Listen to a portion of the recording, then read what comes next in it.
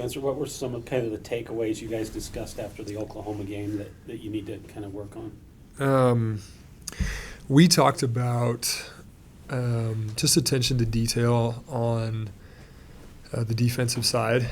Offensively, I felt like we took really good shots. They just weren't falling. And that's something you can't always control. You can control how the type of shots you take, and we took really good ones. They just didn't go down. But defensively, just little things like, how we guarded our ball screens or protecting the middle of the floor on closeouts, being in better gaps. That was a big focus for this game.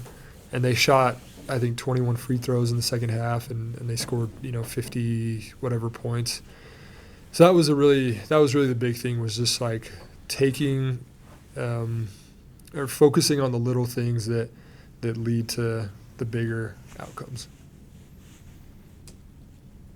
Do you find it easier, just in general, getting over a loss in this league as opposed to a loss in the West Coast Conference? Yeah, I actually just talked about that with Matt.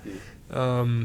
Is like in the WCC, it seemed like you could lose 1, 2, like maybe 3 games, depending on who it was against. But like in the Big 12, it's any team could be any team on any night, as we've seen. And there's no time to sit there and be like, oh my gosh, we just lost. Like, what are we doing?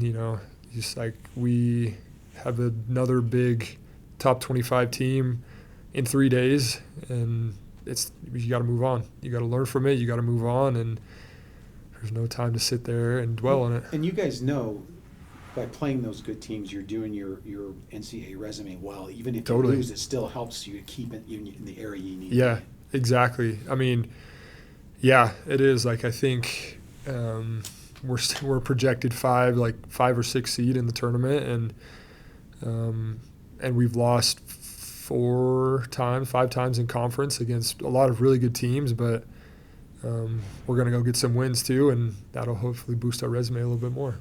I don't know if you've seen, Spence, there's pockets of the college basketball world that have said Big 12's kind of gamed the system. It's not really the best league. It kind of played weak non-conference schedules. After navigating it through 9 games, midway point, how would you assess your experience in this Big 12 conference? In the Big 12, there's a big difference between playing these Big 12 teams and a lot of the other teams that we had played in the non-conference. Just like overall physicality, the way that the games are called, like it's really physical. And like I said, you really have to pay attention to the details, because it's like these little 1 or 2 things that you let slip in your attention, and all of a sudden it's like a 15-point game, So teams are really good, really athletic. Players are smart, and there's a big difference. Has kind of jumping into the deep end of this league just kind of naturally elevated everyone in this program, where it's like you got to meet the standard of what's in this conference? For sure, yeah. It's been super fun. It's been super fun to just be around the guys and talk about it and be like, we're playing this kid who was a top 50, and this kid who was a top 25 and coming out of high school, and this team is a top 10 team, and it's fun to talk about that together as a group and just figure out how we're going to go, compete against them, how we're going to beat them, and it's been super awesome. You guys have had to adjust your offensive style, even reinvent your offense with the 2-man game the other night, and then how you played against Texas, and then how just stressful is that on a player to have to learn so many kind of systems? Yeah, our coaches do a really good job of teaching us how to attack these ball screens. It's like, hey, when they come at you this way in a ball screen in defense, like, how are you going to attack it? And we go through step by step of just like these little things. So actually, it's really interesting that teams have been really adjusting for us. Like, Houston has never switched 1 through 5, and we got them to switch 1 through 5 because they were so freaked out about our shooting and our ball screens. Oklahoma has never guarded in a drop. They've always sent like 2 guys, their big guy and the guy guarding the ball, to the ball, and they played in a drop all game. So I think teams are actually kind of freaked out about what we can do. We had this discussion with Coach Pope last week about NIL, Mhm. and you have a unique perspective because when you started your college career, it didn't even exist, at least not legally. Yeah.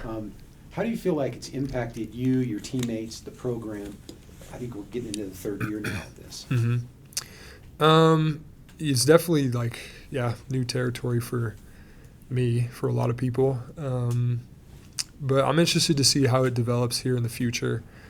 A lot of these teams have really, around the country, have really jumped on it and maybe gotten themselves into some trouble. You've seen some articles out or whatever, but I feel like BYU is doing a really good job of doing it the right way and, making sure that they're attracting the right type of players and putting them in the right situations. And so it'll be interesting to see how it continues to unfold. Do you and your teammates talk about it?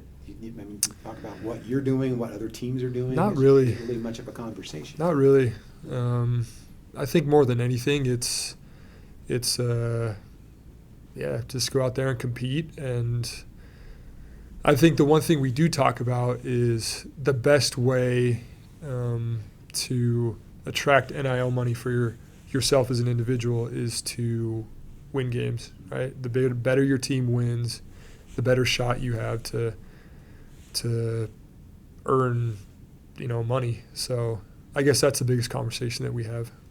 What have you Two seen more from questions. Noah Waterman as far as his kind of metamorphosis from last year to this Yeah. year, being around him? He's taken such a big step. I'm super proud of him.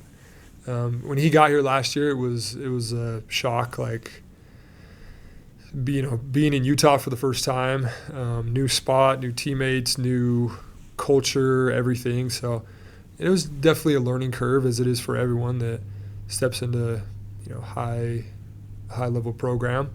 But the jump that he's taken on the court, off the court, has been huge. He's taking care of everything academically, taking care of everything in his life, and that's really translated to the court. He's defending really well. He's shooting really well. He's a big part of our team. We really need him. Last question. Or no?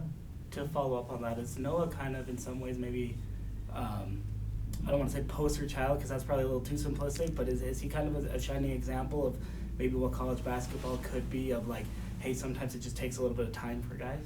Yeah, totally. Everyone has their own timeline, and I guess it has. Yeah, it takes some time for some people. Some people come in right away and get it done, and it took me a couple years to kind of figure out my spot. So yeah, this is different for everybody. All right, thanks, guys. Autograph, Coach. Thanks, Spencer. Thanks, guys.